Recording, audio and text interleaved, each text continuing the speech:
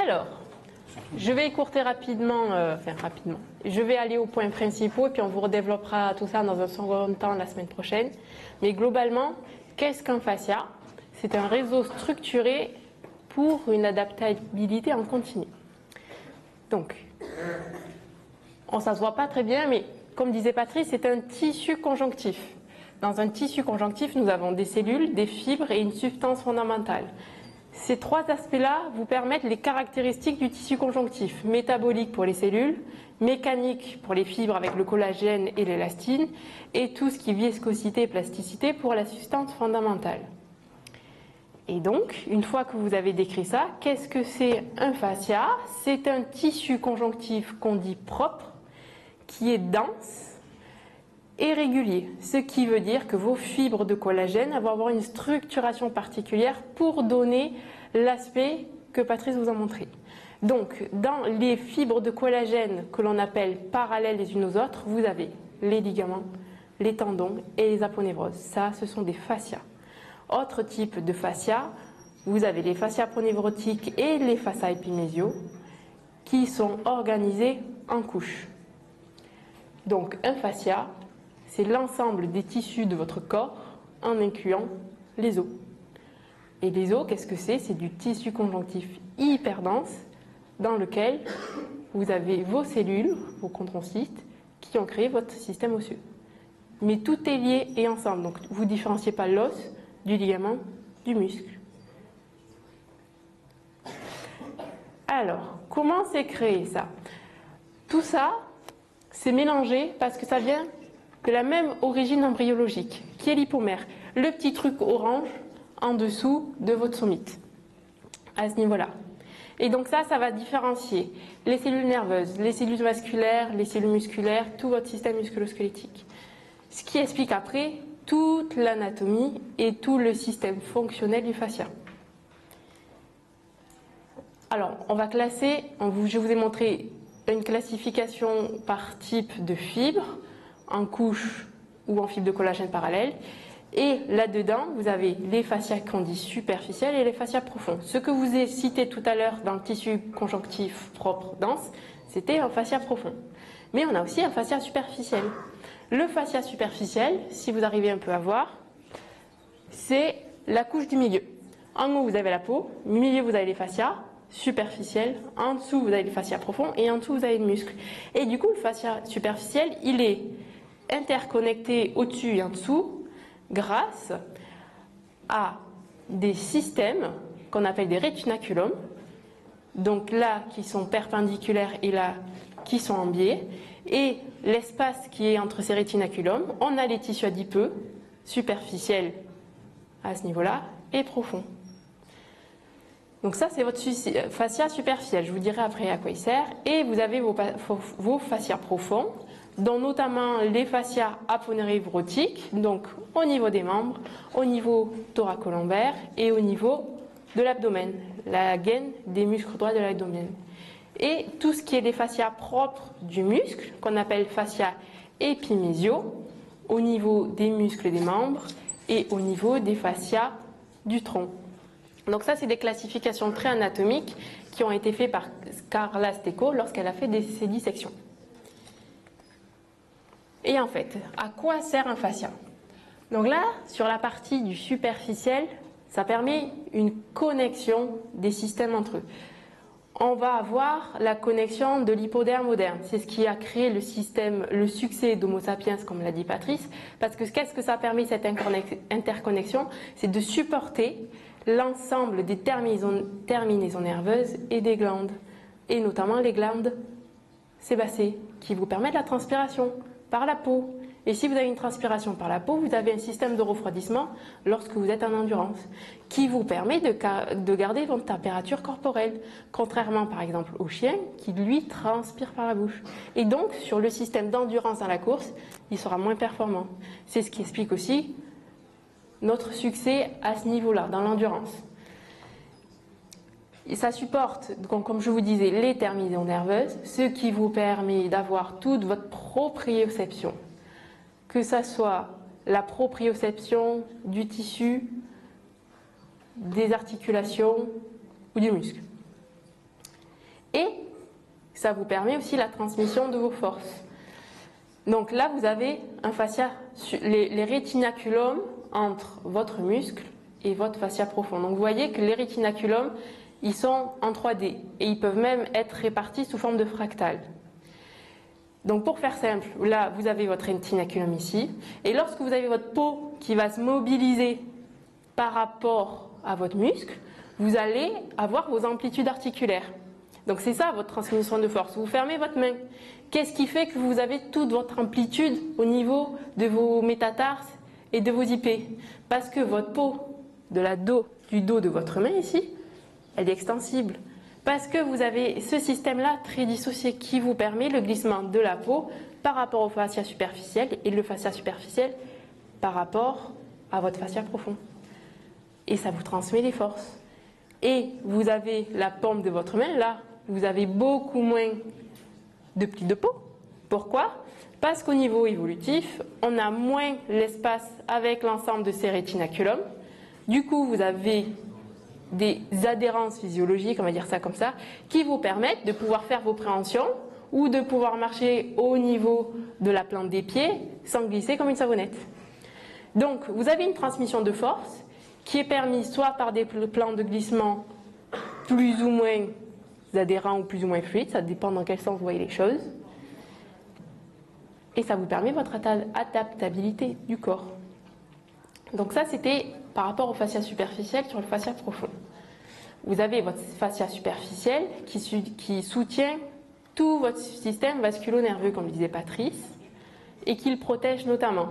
Et comment on arrive à avoir une veine saphène dans votre fascia superficiel? C'est parce qu'au niveau de votre développement embryologique, le fascia se développe en même temps que vos nerfs et que vos muscles. Et donc, c'est en concomitance. On peut dire que c'est des jumeaux, entre guillemets. Ça se développe ensemble. Et c'est comme ça que votre fascia a les fonctions les plus optimum et qu'on pallie au système D, on va dire ça comme ça. Est-ce que c'est OK pour le fascia superficiel? OK, fascia profond. On a plusieurs types de fascia profond. Au niveau des aponevroses et des expansions myofasciales. Donc les aponevroses, vous avez ici, si vous le voyez, non, vous ne le voyez pas. Donc les aponevroses, on va dire que c'est ce qui va créer vos gaines.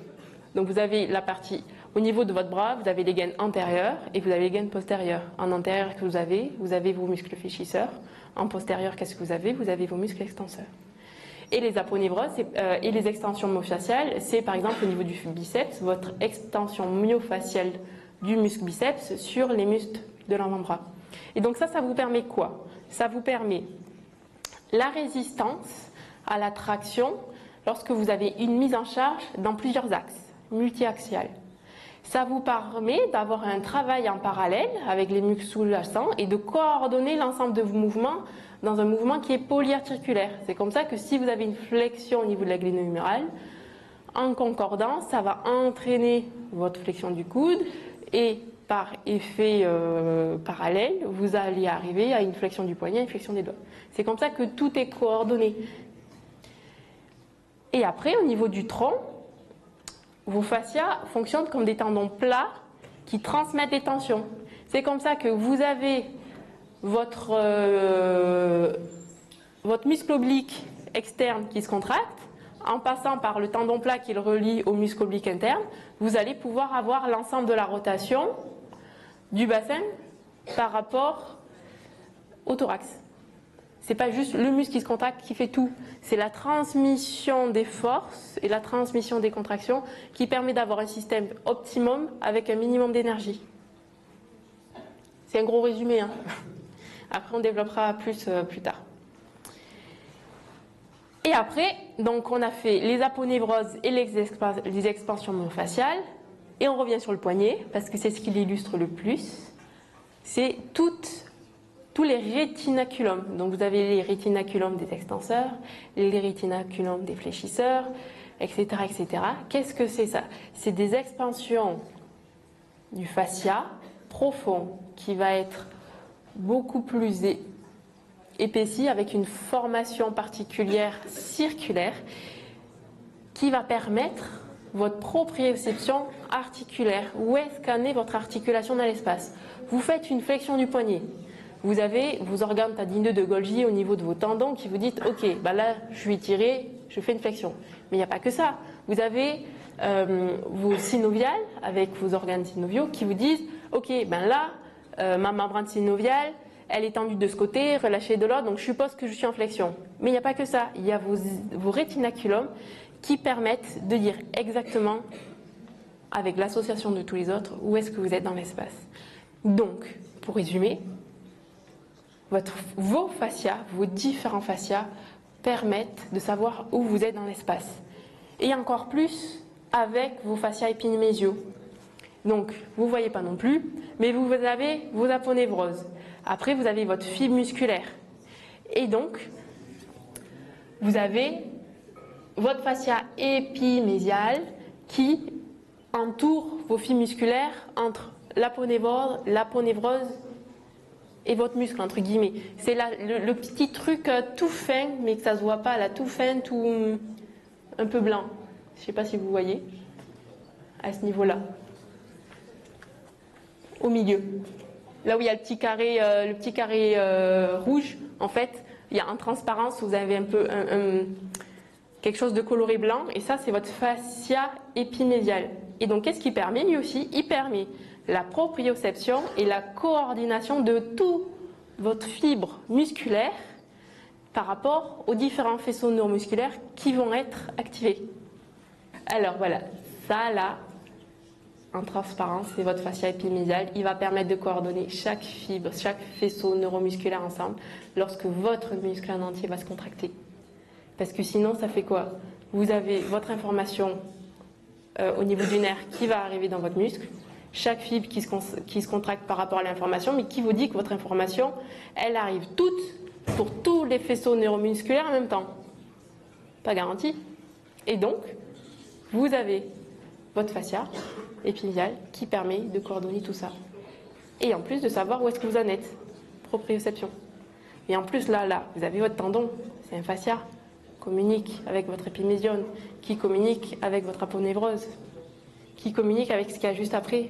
Et donc tout ça, c'est en communication pour savoir ce que vous faites, où, quand, comment, combien, avec quelle force.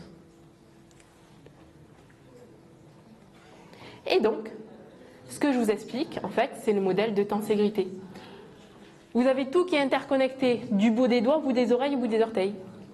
Comment ça se fait que quand vous étirez un doigt, vous avez mal à l'oreille? Parce que l'ensemble des fascias sont interconnectés, sont en lien. Ils sont en lien, on peut l'expliquer. Là, vous pouvez avoir, par exemple, un système musculaire particulier, une expansion myofasciale, un autre système musculaire, une autre expansion myofasciale, et on peut considérer ça en forme de tétraèdre dans le corps humain. Et donc, si vous déplacez ce bout-là dans ce côté-là, et bien là, cette corde blanche, elle va tirer quoi? Ce côté-là, qui va se basculer, et ainsi de suite. Et c'est comme ça, quand il rentre d'un côté, vous tirez à l'autre bout. Et donc, votre corps, il s'adapte selon le modèle de tenségrité grâce aux fascias qui sont interconnectés. Et ce qui vous permet de vous adapter en continu à votre environnement. Lorsque vous courez sur des terrains instables, votre pied s'adapte. Mais il n'y a pas que votre pied qui s'adapte. Votre jambe va s'adapter, votre bassin va s'adapter en conséquence, vos vertèbres, votre dos, votre tête, votre nuque, tout va s'adapter parce que ça va être interconnecté. Et donc, vous êtes résistant aux variations de votre environnement tant que les variations sont suffisantes pour permettre au modèle de s'adapter. Et donc, ce que je vous explique, ça donne les concepts des chaînes musculaires que va vous développer M. Jaudoin, qui se renforcent dans l'enfance. Alors, il y a peu de papiers sur le sujet, mais on suppose et on commence à voir que quand vous naissez, vous avez tout votre système facial développé. Mais développé à quel point? Comment le fœtus et le bébé quand il naît, il a toutes les fibres collagènes dans le bon sens, organisées en couches ou organisées en parallèle? On ne le sait pas. On suppose que lorsque le bébé va apprendre les développements neuromoteurs, il va aussi permettre le renforcement de l'organisation, soit en couche, soit en parallèle, grâce à sa mobilité. Mais ça, ce n'est que des suppositions. Ça va?